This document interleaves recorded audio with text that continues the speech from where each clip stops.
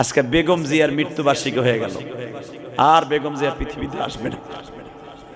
তারেক জিয়ার মা, কোকর মা, আসলে এই মহিলাটা আপসহীন নেত্রী, আপসহীন নেত্রী এই মহিলাটা। এই মহিলাটা জীবনে যেই কষ্ট করছে, এক তো পাকিস্তানিরা তারা ধরে নিয়ে কষ্ট দিছে। স্বাধীনতার সময় এই মহিলাকে সবচেয়ে বেশি কষ্ট দিছে পাকিস্তানি এলারা। যত অত্যাচার, নিপীড়ন, নির্যাতন এই মহিলাকে করছে। এক, দ্বিতীয় নম্বরে স্বাধীনতার পরে যদিও সে সফল 3 বার প্রধানমন্ত্রী, কিন্তু বাবা বিগত সরকারের আমলে, বিভিন্ন এরশাদের আমলে এই মহিলার বহু নির্যাতন করছে। স্বামীর কষ্ট, সন্তানের কষ্ট, কারাবন্দির কষ্ট, বহুত কষ্ট পাইয়া, রোগে শোকে এই মহিলাটা অনেক কষ্ট পাইছে, অনেক কষ্ট পাইছে।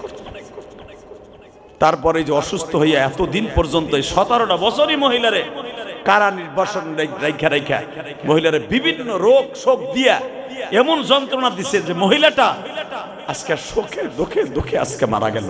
আজকে তার জীবনের শেষ দিন চলে গেল, 6টায় মারা গেল। শুধু একটা কথার মনে রাখবেন, 30শে ডিসেম্বর বিএনপির জন্য একটা কাল দিন।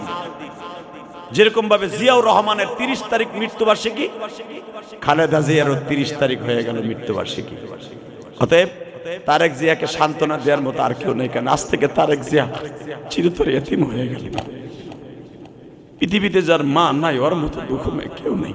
হোক বাবা রাজনীতি, হোক বাবা যা কিছু হোক, যত বড় শিল্পপতি হন, কোটিপতি হন, পৃথিবীতে মার চেয়ে বড় দরদি কেউ নেই। 17-18টা বছর এই তারেক জিয়া দেশে আসতে পারে নাই। তার মা দেশে পড়ে রয়েছে, মায়ের নেয়ার জন্য বহু চেষ্টা করছে, মা যায় নাই। দেশের মায়ায় যায় নাই, নিজের সন্তানের কাছে যায় নাই। কারণ নিজের সন্তানের কাছে এই জন্য যায় নাই যে সে তার নিজের সন্তানের চাইতে এই দেশের জনগণকে বেশি ভালোবাসে, এটাই বোঝা গেল। সন্তান চাইরা সে ওই দেশে যায় নাই লন্ডনে, যে আমি গেলে যদি আর আসতে না দেয়।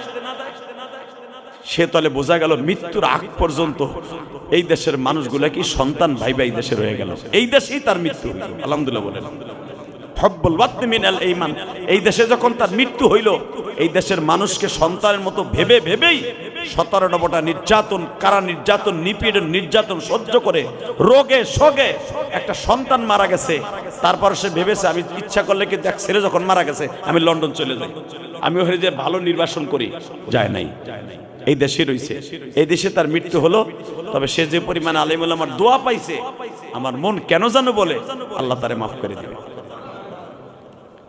হ্যাঁ, মানুষের একসময় এক্সট্রা জীবন অনেক খারাপ থাকে, অনেক নষ্ট থাকে। ইলিয়াসুর রহমান জিহাদির জীবনে অনেক নষ্ট আছে, আপনার জীবনে অনেক খারাপই আছে মেয়া, যেগুলো আপনি বালিশে মাথায় দিলে মনে করতে পারবেন। যে মহিলারা মহিলা মাঝে ভিতরে বসে শুনতেছে, অনেক মহিলা আছে লাইভ